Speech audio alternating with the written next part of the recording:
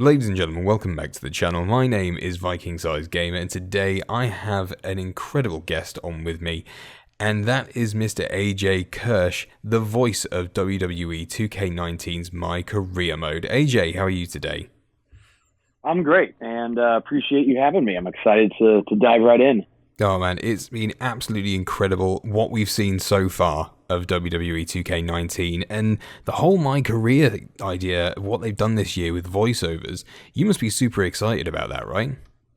Oh God, excited beyond description. I mean, I grew up a gamer. I was a video game fan before I was even a wrestling fan. So this is going back to when I was like 9 or 10 years old, and I don't think anybody who's ever picked up a video game or anybody who's ever been a wrestling fan hasn't thought, man, it would just be a dream come true to either be in a video game or be in a WWE video game. And as an actor, and like I said, lifelong gamer, lifelong wrestling fan, to be in a video game, any video game, has always been a bucket list item of mine. So to be the main character in the MyCareer mode of WWE 2K19 of all video games that I could ever be a part of, I don't think I could have crossed off that bucket list item in any more spectacular fashion.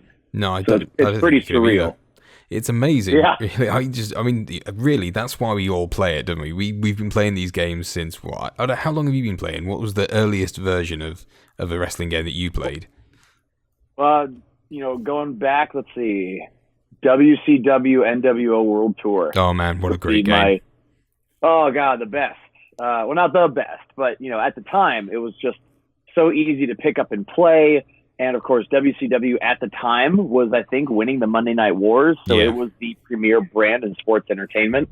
And then a couple years later, THQ got the WWF at the time license, and then you got WrestleMania 2000. And of course, No Mercy, which, the 2K franchise is absolutely incredible, but I will always have a soft spot for No Mercy.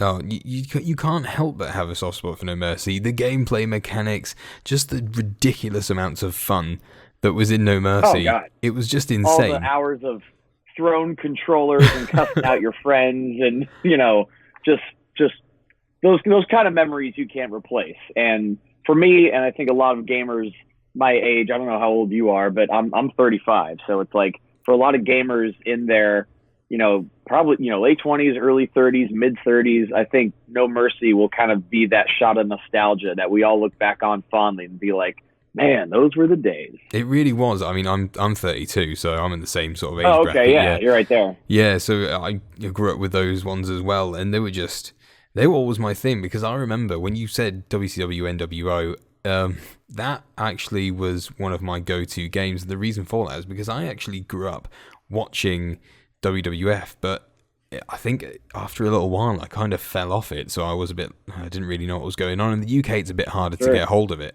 but eventually I was sat there watching Cartoon Network one night and it turns into TNT over here.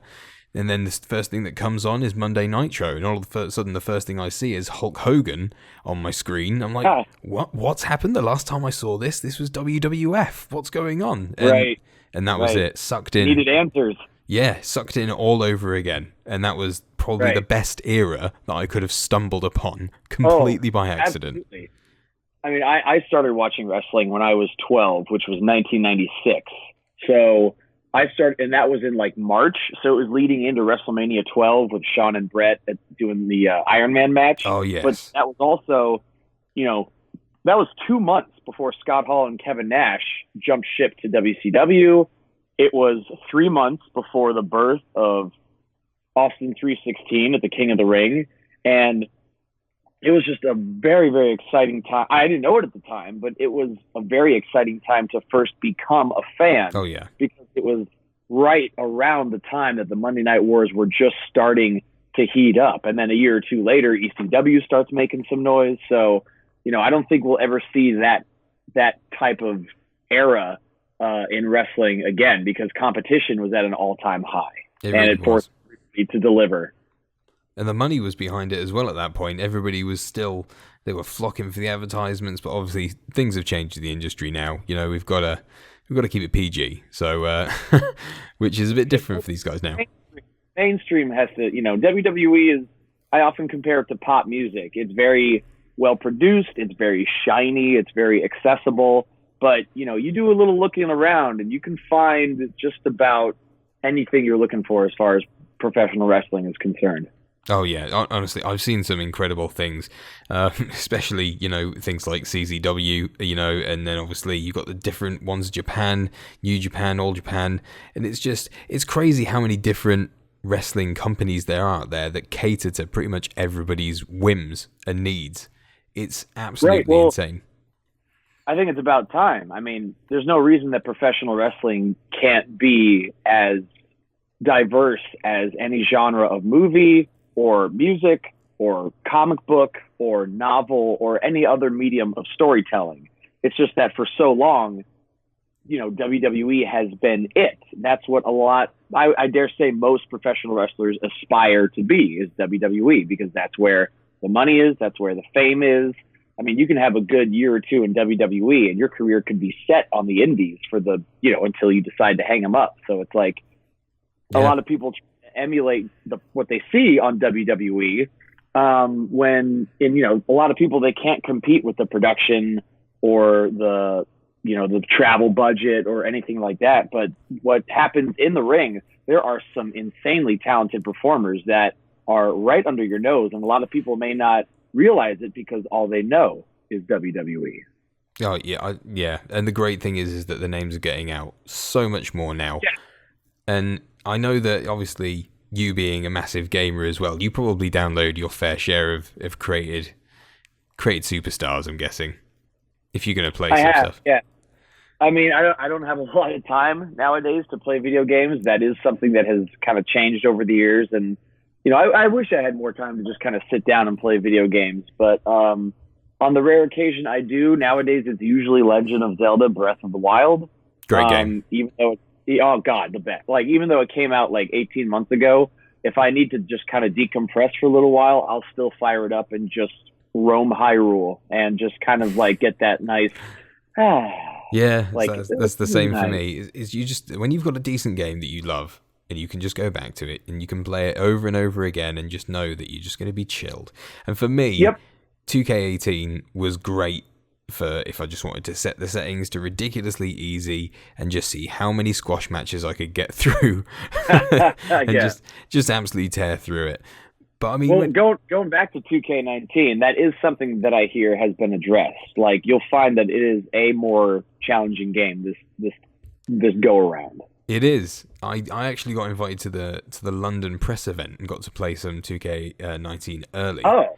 And that was... Well, lucky you, because I haven't played it yet. You haven't played it yet. You haven't played it. Oh, no. Come on, man. You're the voice of 2K19. I know. Well, last time I was at 2K, we were doing some pickup shots, so there really wasn't even anything to play yet. So I'm still eager to get my hands on it. Oh, man. You are due a copy of this, and when you get it, you are going to be so happy with the end product. I can't wait. I can't wait.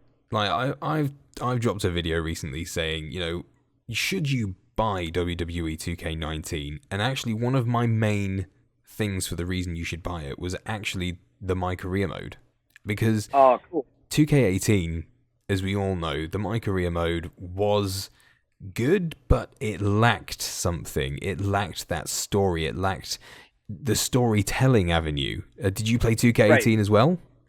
Yeah, I did, and I agree. Like, I think in some video games a text-based story works. Like we mentioned Legend of Zelda, it works for Zelda because it unfolds like you're reading a storybook almost. Exactly, and also, of course, Link is kind of the silent hero. So it works in that respect.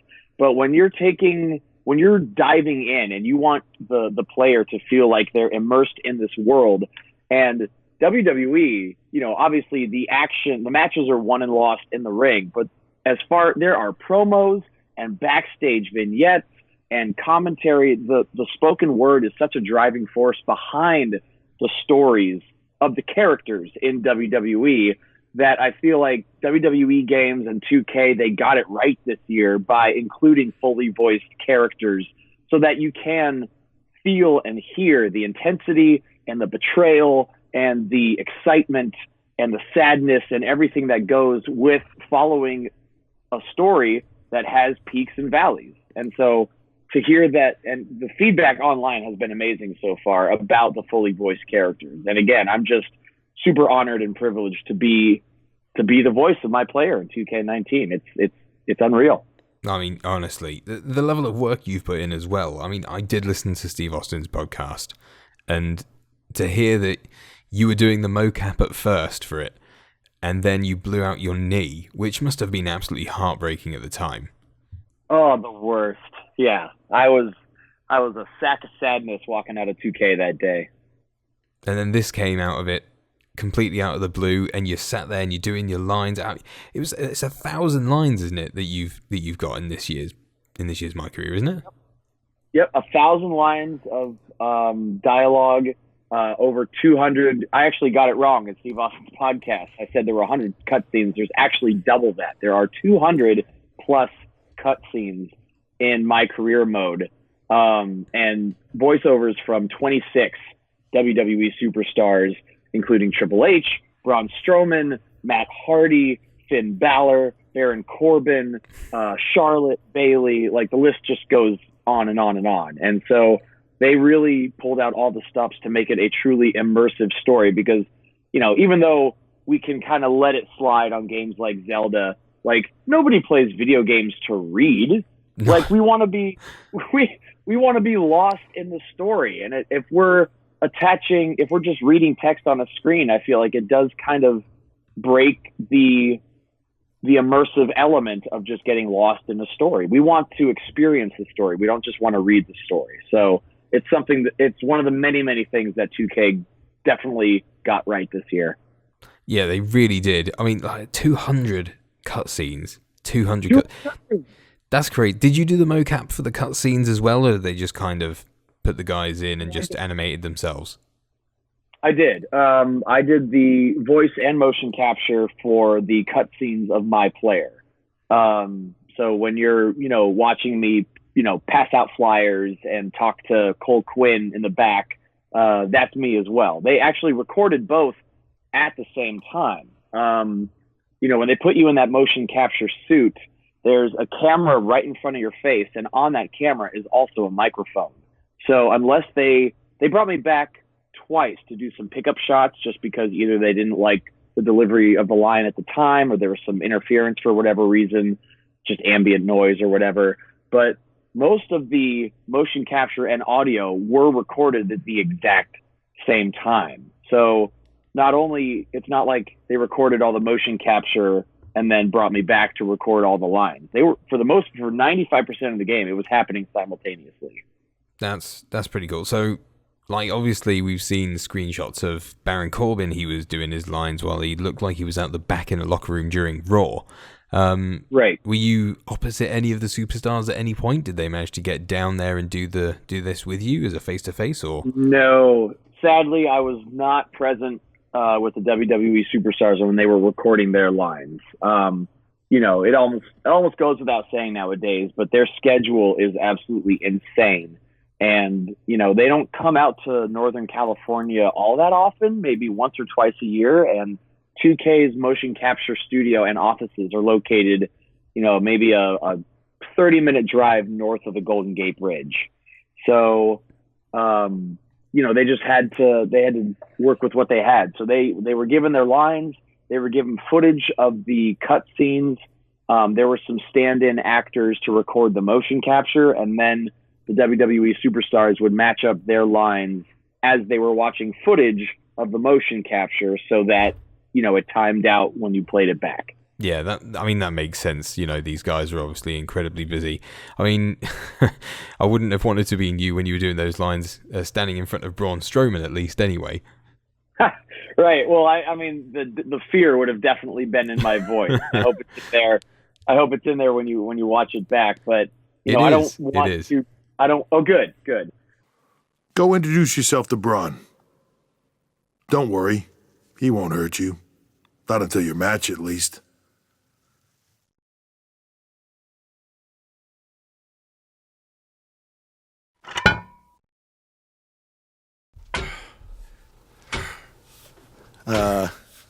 Hey, Braun? I just wanted to introduce myself. No autographs. I'm not a fan. I'm actually your opponent tonight. You mean victim? So how do you want to die tonight? I'd like to survive tonight, if that's okay with you. What I meant was, in what type of match do you want to get these hands? I don't want to tell you who exactly was with me, standing in for Kurt Angle and Braun Strowman and Triple H and all those guys, but I'm not sure if I'm at liberty to share that information, so I'm just going to err on the side of caution. That's fine. But, if you take a look at some of the other popular promotions, and if you were to take a stab at some of their top 5 guys, there's a good chance you'd pick out 1 or 2 that were there at the shoot. That's pretty cool. I mean, I know that obviously there was the whole thing with the Young Bucks. They were asked to come in and do some move set capturing for the game, and they declined. So, but it's good to hear that obviously other talent are getting in there, and they're getting their names with 2K as well. And it's really nice to hear that there's collaboration not just with the guys in WWE, but with outside independent contractors as well, who are actually getting the opportunity to do this kind of work, which is just crazy. And performers who are at the top of their game too. Like, the person that I was in there doing motion capture with when I blew out my knee is, probably one of the most recognizable stars from WWE in like the mid 2000s. Wow. So just being able to work with them was a lot of fun, and they were a true. If they're listening, you were a delight to work with, and I hope to work with you again. I would love it if they would let themselves be known, because obviously these sorts of things we don't get to hear too often. But either way, it's still Which incredible. is why I'm choosing my words very, very carefully. Obviously, yeah, we don't want to put anybody in any sort of harm's way.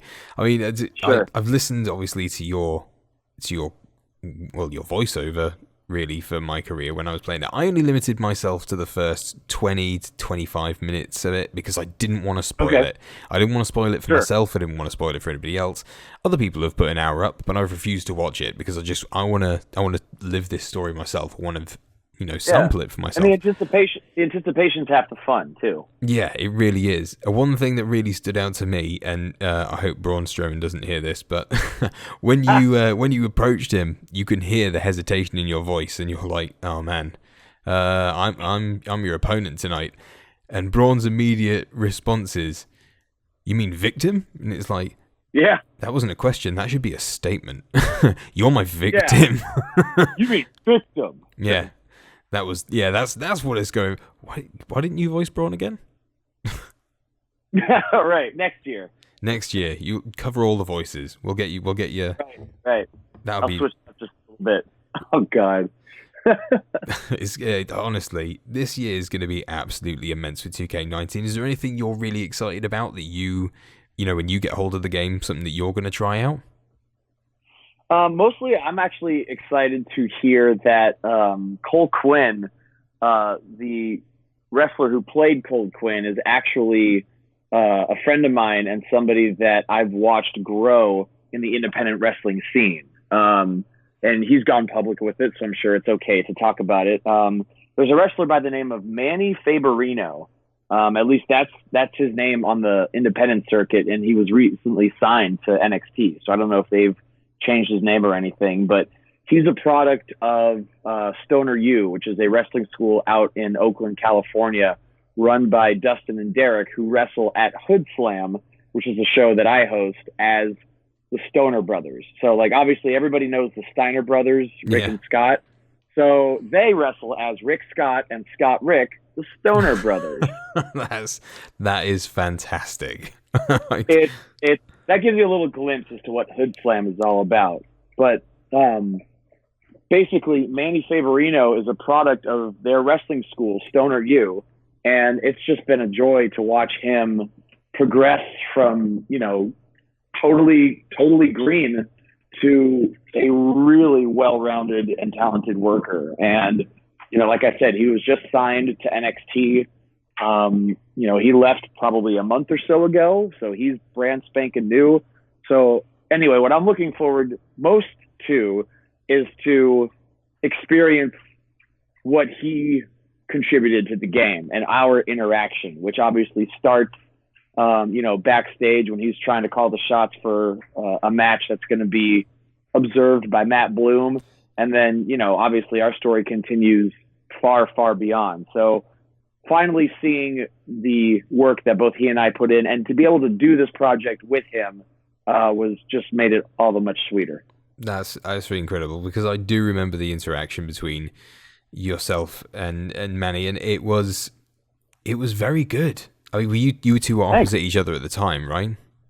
Because we were face to face and we were recording. You can 100% tell that. Good. And the fact that again, we're friends, so we just had a familiarity with each other that we were really able to commit to the performance. And by the way, if nobody knows who I'm talking about, go back and watch the Greatest Royal Rumble on WWE Network. This is the Saudi kid who cut that promo, and I don't remember who interrupted him, but he's the guy who shoved was it Daivari? Yeah, was it Arya Daivari? Arya Daivari, I think. Yeah, he's the guy that shoved Arya Daivari down. If you just go back and watch that segment, you just see that. Do remember Manny's that? Yeah, I remember watching that and thinking to myself, who is this guy? Because this guy can cut a promo. He can cut a promo, and if you go back and watch it again, you'll just see that he just generaled that entire segment. Like he was the leader of that segment, and I think WWE immediately took notice. They snatched him up, and they were smart to do so, because Manny he's got some big things in his future, and what a way to kick it off by being voicing Cole Quinn in 2K19. Yeah, man, that's incredible. I mean, you can definitely tell that you two had chemistry when you were talking, and you're conversing in the MyCareer section. It's just, there's definitely something there. When you're watching the story unfold and you get this kind of interaction, it makes it so much better all the way in and out. I mean, like I said, 2K18, it really was missing what we all wanted it to have, and that was a definitive kind of story rather than you could do this or you could do that, and it just kind of all seemed like it was trying to do too much at once. And I really feel that although it's linear in nature this year with most things, but obviously your choices matter, and at this point having it a bit more linear feels more like you are playing as a person on the TV show, and you're actually there, as your character, right? And you're experiencing the story firsthand, which of course is how we all want to really play it. If you want to then move that character on after you've finished career mode, which is 12 hours long, and that's a great long time. To be fair, there are other games out there that that are single player that aren't 12 hours long. And you've got this plus Universe Mode, plus 2K Towers, plus, obviously you've got the Showcase Mode. Right? Yeah. And there's just so much to do in this year's game. And really, you were a massive part in it because, like I said, really it's kind of this and the Showcase Mode are the two modes that are flagshipping 2K19, really. Right. And they were overhauled in all the right ways this year. And to like when it was a week ago today, I don't know when this podcast is going to drop, but it's as we're recording this, it's Thursday, September 27th. So it was a week ago today that the trailer dropped for MyCareer, and it was the first time that I had seen it too. They didn't give me a preview or nothing. So to see 2K and to see WWE games just put that much effort and thought and just put the spotlight on MyCareer Mode as one of the ways of saying, like, this is one of the reasons that you need to pay attention this year and that you need to pick up 2K19. Again, just makes the entire experience just pretty surreal. Like, just even still think, like, I keep a sharp eye on tweets on Twitter. Every now and then I'll search hashtag WWE 2K19 and just see what's out there. And, I don't know that it's really sunk in yet. I still just get this like kind of just like look at that. Like, I don't know. I know. I've seen you interacting with the community, and it's been so good to see you doing that, and it's unique because we don't obviously get a lot of people that interact with the community in that way, especially somebody who's a massive part of the game this year. And you doing that has really sort of opened people's eyes and gone, wow, this guy is like really getting into it. Obviously, he's very proud of the fact that he's done this, and if sure. you're associated with something that you're not proud of, you're gonna know. But this is obviously a big deal. You're basically this is your way of shouting from the rooftops that, damn, I'm in a game this year and it's absolutely amazing. And I can tell you that when I went to London and I did this event, I arrived a little bit earlier than probably I should have, but they let me in anyway, and they were testing and making sure that the videos were all working, and I actually caught a glimpse of the trailer before it went live, and cool. My jaw just dropped. So I was like, it was on a TV, there was no sound, but I was looking and I was like, wait, is that MyCareer Mode? Is that actually...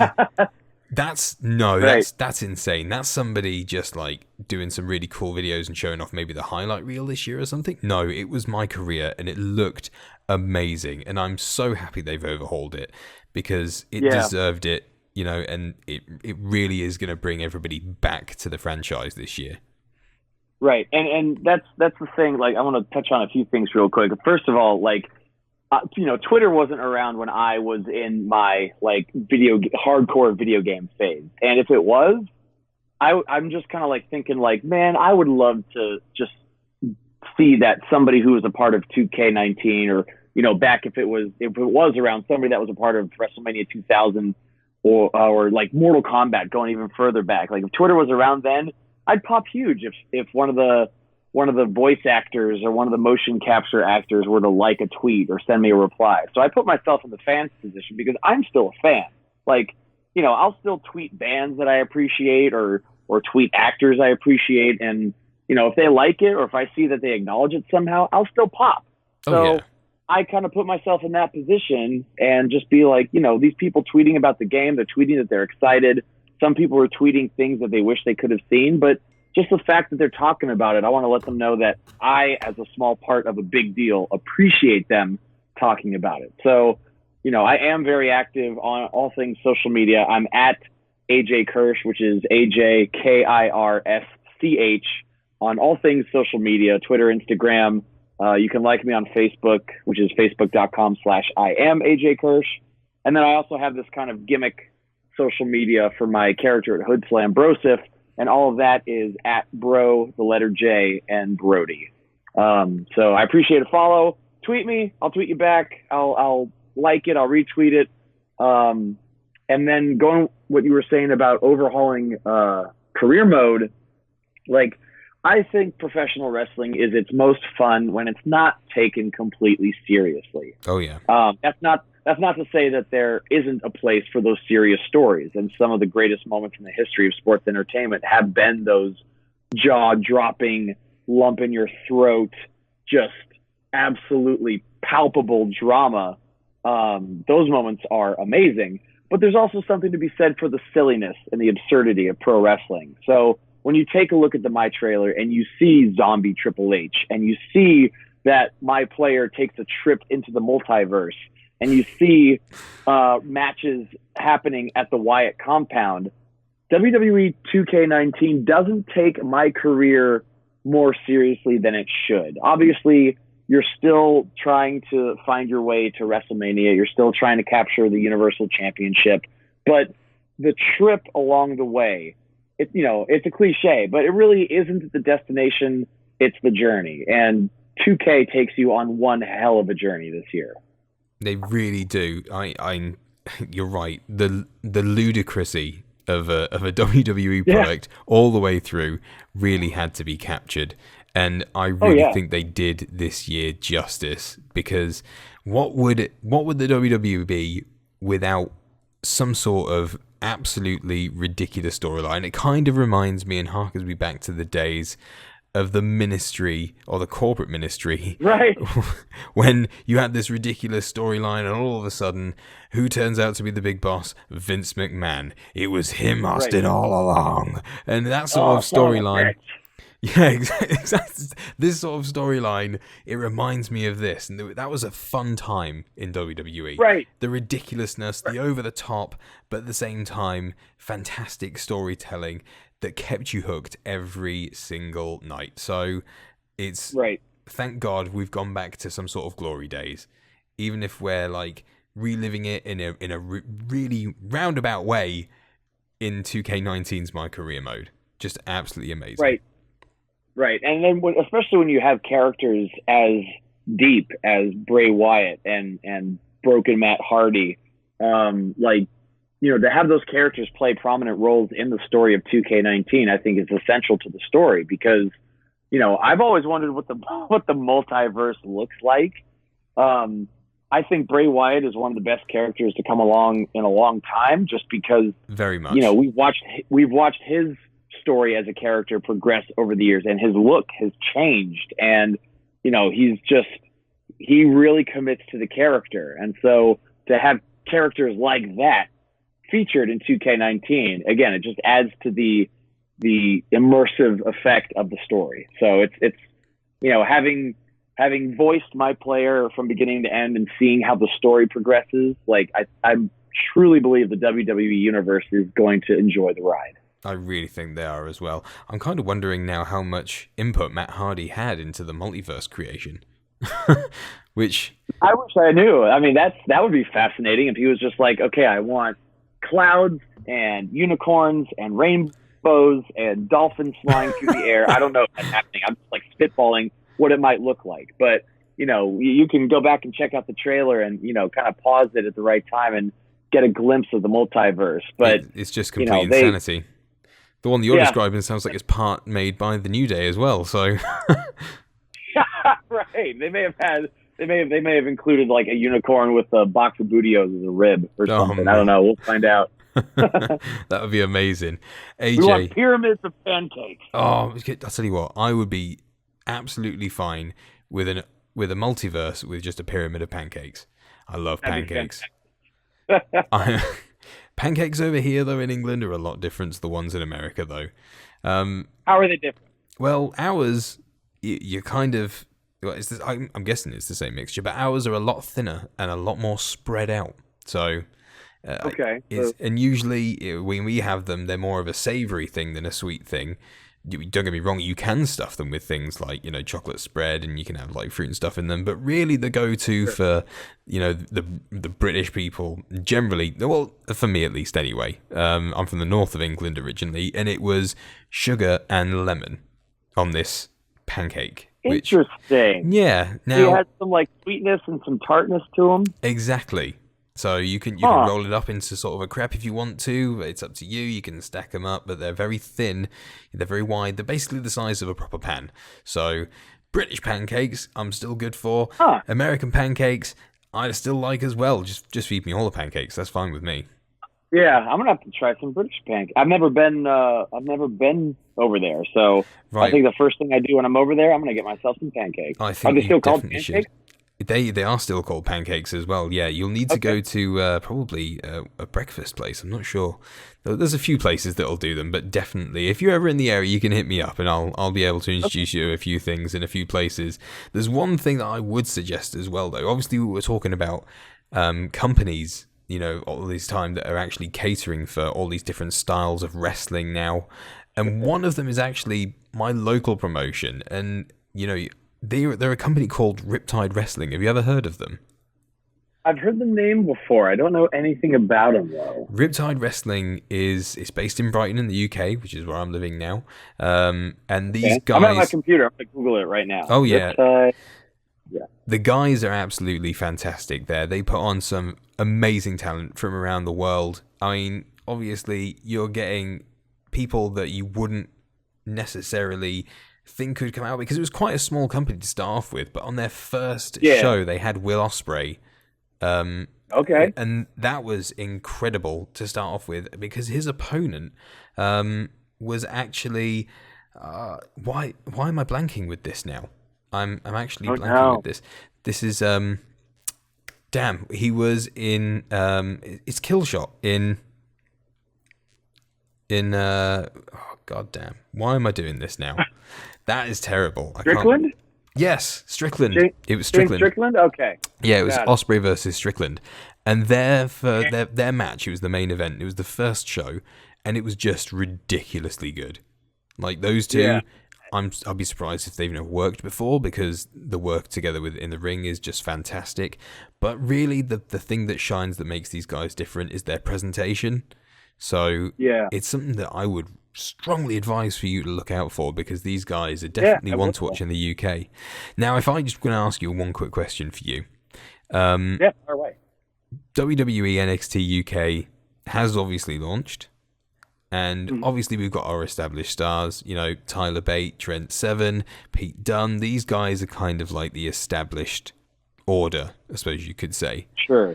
Have you noted anybody in the NXT UK product that's really sort of caught your eye as oh man, I'd like to see more of this guy and what he can do? Or I love Pete Dunne. He's not a body guy, which I think is a nice kind of a different direction for your typical WWE talent. But he has this way of carrying himself and this look in his eye that he doesn't look particularly intimidating. Like I said, not a body guy, not super tall, not super wide or thick or anything, but he just has this look in his eye that's like, I don't know if this is a clean show or not, but so censors be warned, but that's like a don't fuck with me look. Yeah. And I feel like, a lot of talent don't have that. He just carries himself in a way that I'm just like, if I saw him walking toward me and he was looking at me the way he looks at his opponent when he's walking toward the ring, I would turn around and walk the other direction. Oh yeah. That's not to say I don't appreciate Trent Seven and the other talent in the NXT UK, but Pete Dunne just has the Bruiserweight is a very appropriate moniker, because he's just there aren't a lot of talent in NXT UK or really anywhere, main roster or otherwise, that I look at and I'm just like, I really wouldn't want to get in a fight with them. But Pete Dunne has established that aura about him that I'm just like, man, this dude will gouge my eye out if I look at him wrong. Oh yeah, no nonsense in that. I love that fact that he kind of just goes back. He's like a throwback, really, isn't he? To the older days, to the kind of Bruiser Brody days and things like that, where it was just the guys were no nonsense. You don't mess with them. They're gonna hurt you. He's a mauler. Like there's a method to his madness. So I don't just like, he's not a brawler. He doesn't just throw punches and kicks. He's a mauler. He will wear you down and dissect you. Yeah. And this is why I said, actually, and I threw this out there on my Twitter as well, that I would personally, in WWE 2K19, love to see a matchup, because I think it would be just as good, because these two guys are obviously just as hard-hitting, and technically they could dissect each other very well. I don't know if you spotted it, but it would be Pete Dunne versus Bret Hart, both in their prime. Ooh, damn. I was going to say Daniel Bryan, but if we're talking all-time, Bret Hart and Pete Dunne would be a slobber knocker, to borrow a phrase. I just the technical. The thing is that these two, that it could go. Not only could they go, but they would put on a technical masterclass as well as beating the crap out of each other, which is exactly. It would be physical. It would be believable, and you're going to get like at least 20 minutes of superb storytelling. Oh yeah, 100%, especially from those two guys, and that's just This is what I love about WWE 2K19, is the fact that you are going to be able to do these legendary matchups, like things like Shawn Michaels versus AJ Styles, Bret Hart versus Pete Dunne. You're going to have all these guys, and it's going to be something you can put together. You can put your own fantasy card together. Who would you put together? Who would be your two people that you'd put together out of everyone? Well, okay. So there are a couple rivalries that I feel like could have happened, should have happened, and never did. And it's just kind of sad that they never did. So some of those rivalries would include Undertaker versus John Cena with the streak still intact. That would be, obviously you can't control if the streak is intact or not in 2K19, but I never feel like the streak should have been broken. And I feel like, Undertaker and John Cena, with or without a title on the line, with the streak intact, would have been the Taker versus John Cena at WrestleMania that everybody wanted to see. But that match did happen. So as far as matches that didn't happen, Kurt Angle and Bret Hart, both in their prime, would be, just a masterclass. That really would be. I think Austin Hogan, the biggest match that never happened. And it was so close as well. Yeah, well, of course, Hogan's not in 2K19. No. So that doesn't count. But since we are talking about... It's all right, we can download them on community creations. Well, yeah, you can create them. I mean, there's going to be dozens, if not hundreds, of Hulk Hogans out there. Oh, hundreds of them. But even standing right next to Hogan and Austin as far as matches that never happened, that, God, I wish they would have. Shawn Michaels against The Rock. Like, just imagine the build-up and imagine the promos and imagine just how that story would come to fruition. Like, Shawn Michaels versus The Rock, it's hard for me, except for Austin Hogan, I don't know if I can imagine a bigger money dream match than Michaels and The Rock at a WrestleMania. I think you're actually right, to be fair. The ridiculous amount of charisma from both guys would have just carried the match. They wouldn't even have to have touched each other up until WrestleMania. God, they would have just literally just torn each other apart on the mic. It would have been ridiculously good. And they could have, like you said, they wouldn't have to touch for 10 minutes. They wouldn't have to touch after the bell ring. No, they wouldn't have. I mean, they're just so goddamn good at what they do. And I know Shawn Michaels, from what I understand, from what I hear, and this could just be internet bullshit, I don't know, but from what I hear, Shawn Michaels was just such a dick to The Rock at some point that Rock was like, no, I'm not going to work with him. I understand a lot's changed since then. Shawn Michaels, it seems like he's truly honoring his retirement against The Undertaker. And it's, obviously The Rock is the biggest star in the world right now, but I'm sure the door is open for him to return at any time. But of course, last time he was in the ring, in a full-fledged match, I think he tore his pelvis, or he needed some. Yeah, I think he did, and because I think he was supposed to be filming a movie around and then as well, and his producers were not happy. So that's kind of why he's had to, if he's got a movie coming up, he's kind of erring on the side of caution to getting back in the ring. Because, of course, there's getting yourself in shape for a movie, and there's getting yourself in shape for a wrestling match, which you'll know is completely different. Absolutely. But anyway, as far as, who's at the top of my card, I mean, you'd have to flip a coin between Austin and your, creator wrestler Hogan and Shawn Michaels and The Rock. But just the idea of The Rock and Shawn Michaels being in the same ring together, which I don't think has even happened since 1999. Not to my memory. Not at least anyway. So that's what my card looks like. That, honestly, I'd watch that card. I'd buy that card. I'd pay premium for that card. Let's just jump back maybe, 20-ish years and just see where we go with that, because that would probably be amazing if we go back to it. Oh man, for the ages. I'm thinking about that now, and I'm kind of sad. Those matches that never happened. Your Austin Hogan, your Austin Goldberg, your Shawn Michaels and The Rock, your Bret Hart and Kurt Angle. You think about those, and you're just kind of like, oh man, what could have been? Yeah, it's just not the right place and not the right time, unfortunately, which is right. half the thing, really, when you think about it. If we could go back and we could have these matches, we could book them our way, we would. But when you've got backstage politics to go and manage through as well, and you've got other people, injuries, other endeavors, exactly. You've got so much to juggle that these sorts of things are going to be few and far between. And when you've got people like The Rock. It's easy to forget that sometimes life gets in the way of wrestling.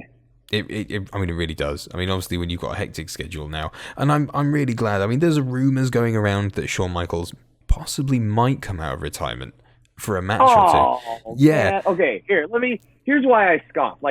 Shawn Michaels is the guy that made me want to become a professional wrestler. Wow. He was the guy, and so when I scoff, I'm like, he's gone this long, almost 10 years, honoring his word to The Undertaker. And if there's anybody that you give your word to and you honor it, it's The Undertaker. I mean, I don't think anybody in wrestling, not Ric Flair, not Steve Austin, I don't know that anybody has as much unanimous universal respect as the Undertaker.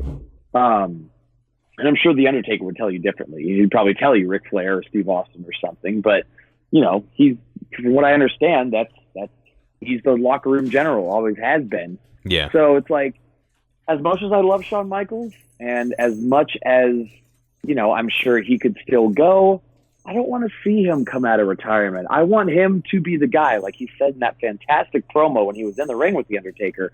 I want him to be the guy that honors his word when no one else did. I think that speaks volumes to the character of Shawn Michaels. And so while the 12-year-old fanboy in me would mark out if he came out of retirement for one more match, I don't think he should. I think it's far more admirable that he keeps his word. I think you're right. I mean, at the end of the day, he's done some great things, but the only reason I think that he's possibly coming out is because you do have The Undertaker, and he's been having a lot of storylines with The Undertaker at the moment, because obviously they've got the Super Showdown with Triple H and The Undertaker, and the thought is possibly he may come out and work maybe one last match with The Undertaker. That is a possibility. It would make it kind of make sense. So conflicted. If you could possibly imagine that maybe Shawn Michaels was goaded by The Undertaker at this point, which is kind of what's happening on Raw at the moment. He's really being goaded into it, and it seems logical at this point that you could say, well, as much as you could say that, literally the line that The Undertaker said to Shawn Michaels is the reason you stayed retired. Was it out of respect or was it out of fear? And Shawn Michaels, he didn't look impressed. He didn't super kick him like he normally would do. Right, well, you would think he would, yeah. But he walked away, and he's leaving as Triple H, so it kind of leaves the door open. But yeah, which is just a testament to how good those two are, because here we are, about 10 years after Shawn Michaels retired, and we're still talking about maybe one more match. Maybe one more. Those two are just so good at what they do. The fact that they still have us talking about it is a testament to them and their storytelling ability. It really is. It really is. AJ, I'm just gonna say it's been a pleasure speaking to you and getting your likewise your thoughts. Anytime I'm able to geek out about wrestling, video games, or both, I'll jump at the chance. Dude, I would love to have you back on the show. It'd be absolutely amazing. If you ever want to jump on the channel and come and join me, and we can shoot down on this sort of thing, we're fine. We can create this sort of stuff. I'm good with this. Yeah, man, me too. Hit me up after 2K comes out, and we'll see if we can make it happen. Oh yeah, man, and maybe if you've got the time, we could have a little match. We could put that on the channel as well. We'll have a little match online. That would be interesting. Right then, AJ. Honestly, thank you for coming in. If you want to just tell everybody where they can find you again on your social medias. Yeah, appreciate that. Once again, you can follow me on Twitter and Instagram at AJ Kirsch. That's AJKIRSCH. Facebook.com/I am AJ Kirsch. And you can also follow Broseph Joe Brody, the voice of Hood Slam out in Oakland, California. Facebook.com/Broseph Joe Brody. And Twitter and Instagram at BroJBrody. Thanks again, AJ. My pleasure.